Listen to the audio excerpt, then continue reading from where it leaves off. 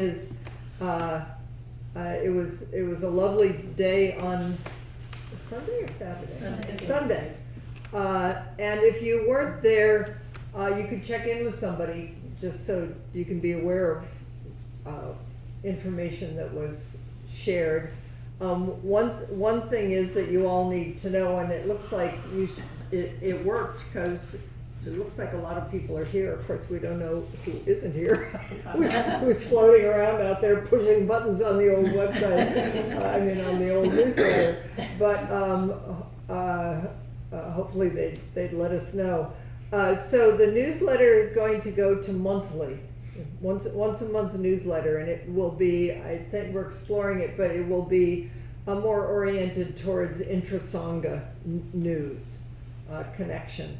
And the website will become our in-between way of staying in connection and finding Zoom links and things like that. The main view is not on Chris.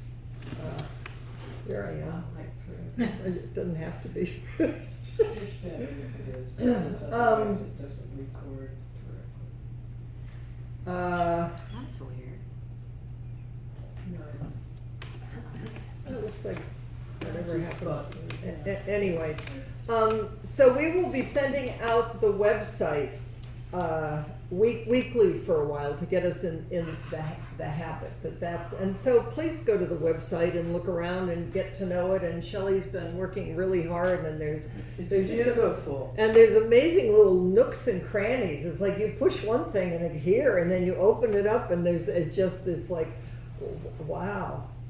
I emailed her the other day, and I said, we want to keep this as simple as possible, we want to keep everything as simple as possible. And she said something like, but I love doing it so much, it's so much easier to do this than other things. So I suppose in terms of how distractions go, there could be way worse. And it's really beautiful what she's doing for all of us. So having said all that, now I'm not feeling what I was feeling a minute ago. What a surprise. But I thought I would start with a confession, because confessions are always helpful on multiple levels. Is I woke up crabby and grumpy this morning. I bet that never happens to any of you. and then of course when you investigate, what's underneath it is anger. You may say it's little anger or big anger, but it's like, I know this one. It's a very familiar room. I was saying it's like a bardo, and it's like once you go in that room, it's like there's weather in there, and then the more you're in there, the more it's familiar, and there's even some strange comfort in it, because there's always a victim and a perpetrator, and usually, of course, you're the victim. Somebody did something to you. It doesn't even have to be that overt. But and I've said this before, one of my go-to lines that I more and more am just so aware of since probably I was born is, it's not fair. Mm-hmm. And so I can do that in a small way. I can do that in the world. You turn on the news and it's just, oh my goodness. And when we were studying the Buddha's teachings on social and communal harmony, he really early on, like in the 3rd chapter, anger, study it. And the Theravadan Pali teachings, not as opposed to the Mahayana teachings, but the Brahma Viharas, the 4 immeasurables, the 4 divine abodes, are the teachings that are an antidote. Mahayana does it a little differently, not so much as an antidote, but, it all comes down to practice. It's like, go ahead. Hang out in that room. How's it going for you? And it's also so amazing to me how just sitting down in Zazen, not all the time. You can sit down in Zazen for years probably and stay angry. But depending on how determined you are, because there is a certain determination in it. But how just sitting down in this posture and upright and present and with other people and deep intention, and it just starts to, it's like the sun comes through the clouds.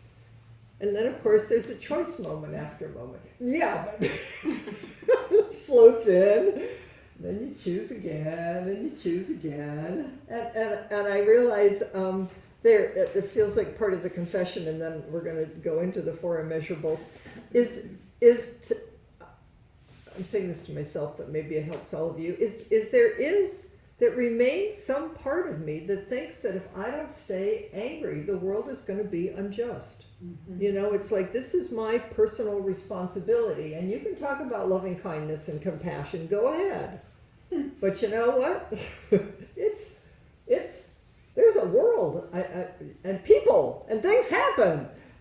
So there's this faith practice that you just keep, because I know, my vow is, I do have a deep trust and faith that this is the way that this way of living is the best in the world. And it really is going upstream. It kind of makes me cry. It's like, we all want to be loving and we all want a different world, but boy, my little angry one is just tenacious. And it's not that anger is bad, because the Tibetans are really good. There's so many different ways to approach this. The Tibetans say, the way they articulate it is that the poisons, the kleshas, the strong emotions, is stay with them all the way through. And anger, I was so happy when I found she's a bright blue dakini dancing in the flames. Yeah. It's like, whoa, okay. And there's one for greed, and there's one for anyway. That's a whole other system that maybe we'll do that more sometime too. But it's like it's anger when it's transformed. They talk about transforming it becomes clarity.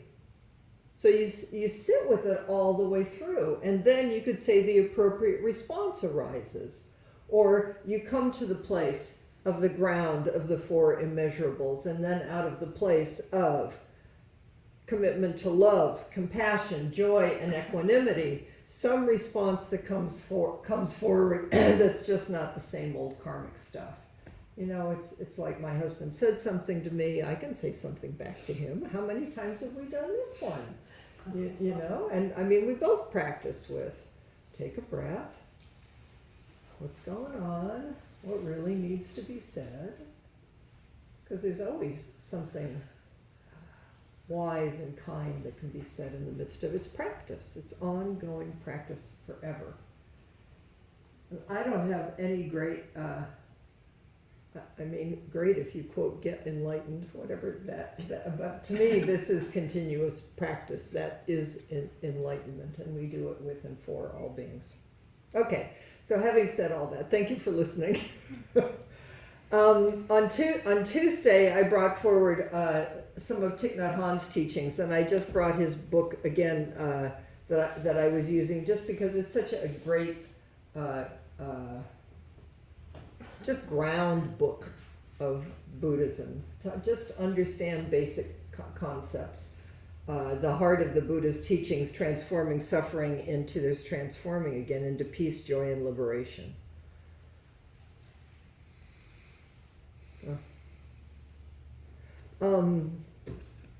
What he says about them. Because if you practice them, the four immeasurables, love, or loving kindness, compassion, joy, and equanimity, they will grow in you every day until they embrace the whole world. That's where I get hooked. Maybe I can't do it for myself, but when I look out there at the world, it's like I'm in. And then it's a swinging gate. You will become happier, and everyone around you will become happier too. Okay, what do we do next?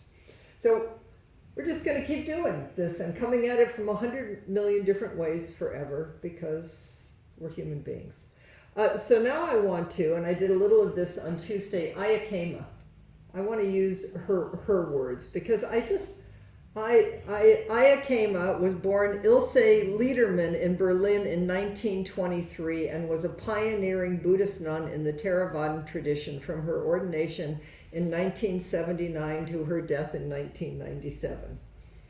She wrote a bunch of books. She established Buddhist centers in Australia, Sri Lanka, and Germany. Was instrumental in creating the Shakyadaya Worldwide Buddhist Women's Organization. And I should say, and I'll let you know, that the SCBA Women Celebrating Women series there's one of them is going to be on Shakyadita, and there will be people talking that have been there, and one of the founding teachers.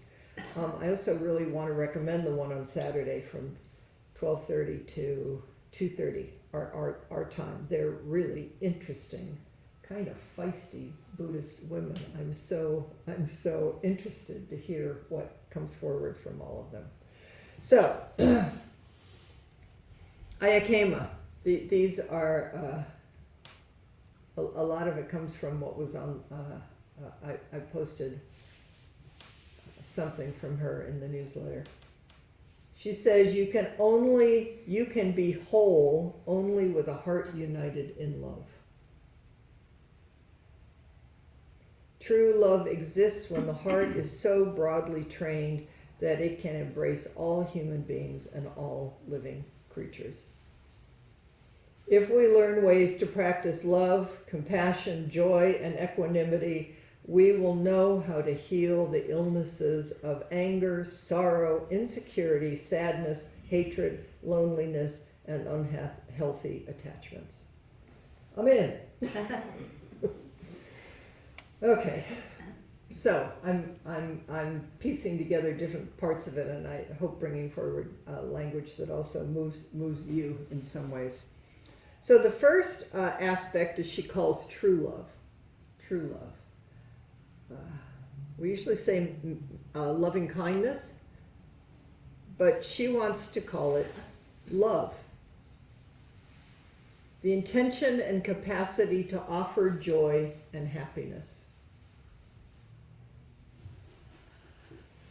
Some Buddhist teachers prefer loving kindness as they find the word love too dangerous. But I prefer the word love. Words sometimes get sick, and we have to heal them. We have been using the word love to mean appetite or desire, as in I love hamburgers. We have to use language more carefully. We have to restore the meaning of the word love. Love is a beautiful word. The word Maitri has roots in the word Mitra, which means friends in Buddhism. The primary meaning of love is friendship.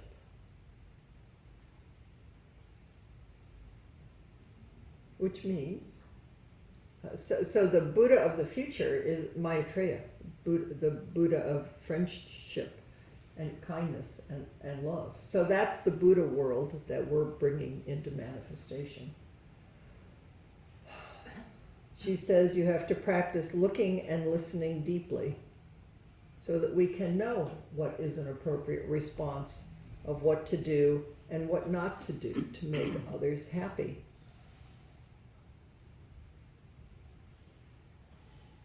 Without understanding, your love is not true love. Well, here, please let me love you.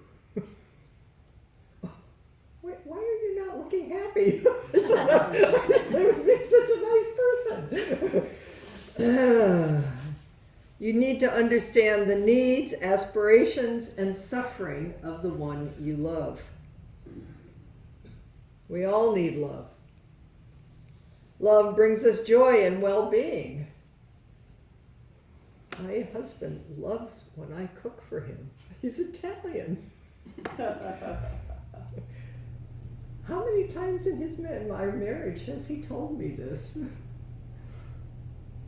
And I do cook, but I could do it some more. We all have these little things. Okay, love brings us joy and well-being. It is as natural as the air. We are loved by the air. We need fresh air to be happy and well. We are loved by trees. We need trees to be healthy. In order to be loved, we have to love, which means we have to understand. For our love to continue, we have to take the appropriate action or non-action to protect the air, the trees, and our beloved. And we all have seeds of love in us that we can develop an unconditional love, not conditioned love. When we understand someone deeply, even someone who has done us harm, we cannot resist loving that person. Shakyamuni Buddha declared that the Buddha of the future will be Maitreya, the Buddha of love. Even people who have harmed us. Ooh, come up against that wall. I'm loving. And then all this stuff comes up, and it's just ancient twisted karma. Taste it, smell it, study it, don't judge it. Everybody's got it. But it takes a kind of fierce intention to sit there. And even if you sit there a second longer than you ever have before, something happens. It opens, and then maybe it closes. But that's okay, that's part of it too. Anyway, it's practice.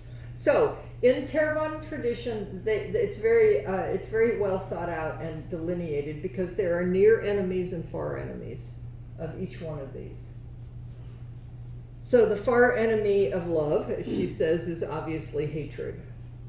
I mean, it's easier to catch that one, right? The near enemy of love is clinging. It's like, you're such a loving person.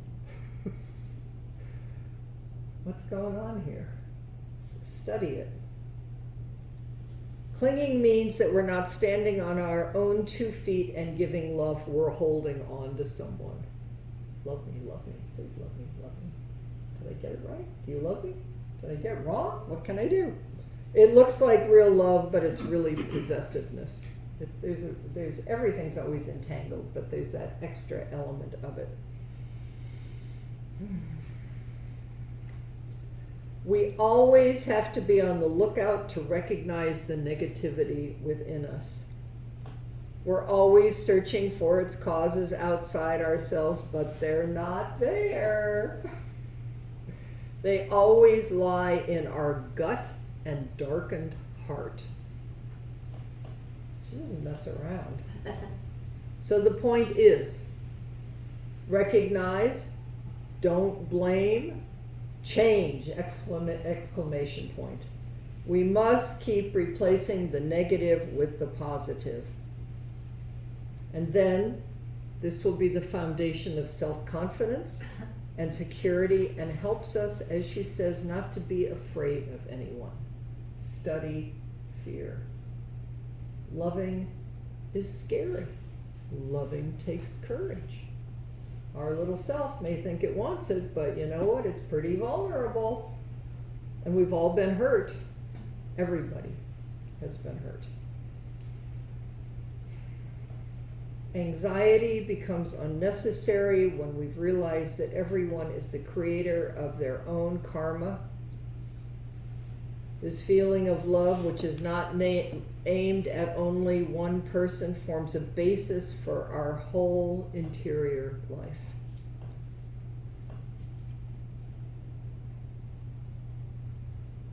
It's an important aid because only through it is real devotion possible. We all know this, right? We all know this. But it's just, yes, I will. Yes, I will. Okay, that's the first. Second of true love is karuna. The intention and capacity to relieve and transform suffering and lighten sorrows. And she says it's usually transformed as compassion, but that's not correct. I like her. She kind of calls all the, it's like she's looked at it enough to be able to call the complexities of it. Compassion is composed of, and many of us know this, come together with, and passion to suffer. But we do not need to suffer to remove suffering from another person. We need to find a better word, but until then, she says we'll use this word. To develop compassion in ourselves, we need to practice mindful breathing, deep listening, and deep looking. Compassion contains deep concern. You know the other person is suffering, and so you sit close to them. Isn't that nice? You look and listen deeply to be able to touch their pain. You are in deep communion with that person, and that alone brings some relief. This is very intimate. It's close. One compassionate word, action, or thought can reduce another person's suffering and bring them joy. One word can give comfort and confidence, destroy doubt, help someone avoid a mistake, reconcile a conflict, or open the door to liberation. One word. Study it. I won't. I like it over here. It's nasty, but it's mine. Then you take a breath. Over and over. One action can save a person's life or help them take advantage of a rare opportunity. One thought can do the same because thoughts always lead to words and actions. With compassion in our heart, every thought, word, and deed can bring about a miracle.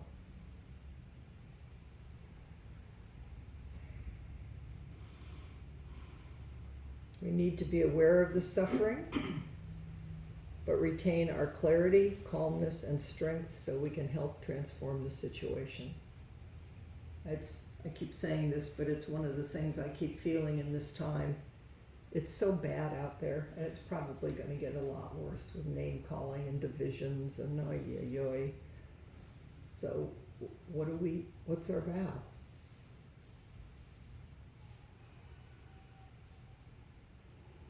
Clarity, calmness, and strength. Small things. The ocean of tears cannot drown us if karuna is there. If our enemy is cruelty, the near enemy is pity. Oh, those poor people in their red hats. I mean, there's a million different ways we play this one. And I'm sure they're playing it with us in a certain kind of way. If we pity someone, then two people are suffering instead of one. If by contrast we give our compassion, we help another through their trouble. Therefore, it's very important to develop compassion for oneself because it's the precondition for being able to do it for another. If somebody is suffering, if you don't know your own suffering and your own anger, how in the world are you going to be able to meet anybody else? We don't study how we try to escape our troubles as quickly as possible by developing self-pity. So, sorry. I mean, it's funny, but it's sad. I own it, When you get self-centered, you can feel really sorry for yourself. Compassion is different than self-pity. Or you get distracted, or you make someone else responsible for it. Suffering exists. Buddha had it. First noble truth. Then we can try to acknowledge what we really want to have or get rid of, and make suffering our teacher. And she says, this path aims to change us so emphatically that in the end we may not even recognize ourselves. This is not small, let's just be nice. I mean, if I reflect on myself over the last decades, I don't recognize myself anymore. I don't know who I am anymore. And I definitely know the one who keeps showing up who's the conditioned self. I mean, that's the amazing thing, is to watch the flashing of it.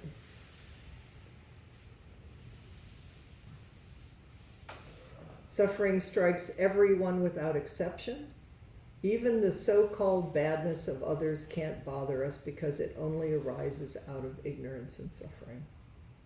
All the evil in this world is based on these two things. Boy, do we need this. Whew. Okay, so we'll just see. Third element of true love.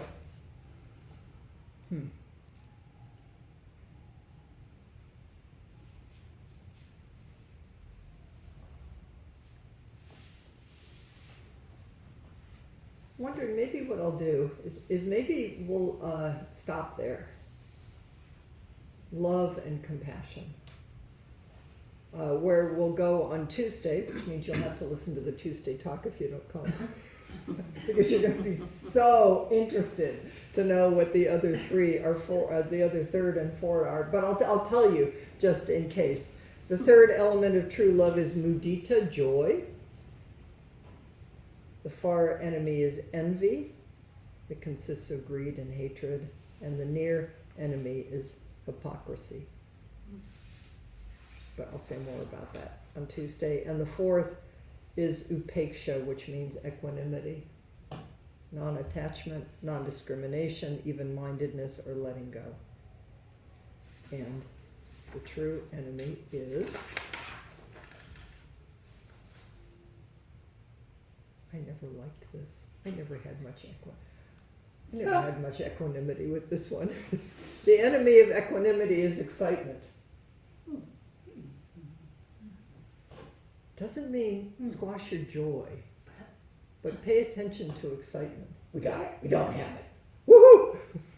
I mean, there's a way to feel joyful that's different than excitement. What is it? We'll come back on Tuesday. You'll find out. The near enemy is indifference, which is based on intentional unconcern.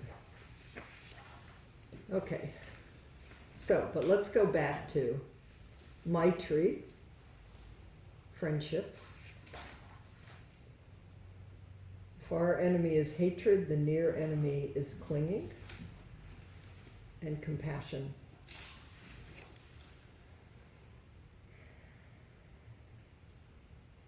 You don't need to suffer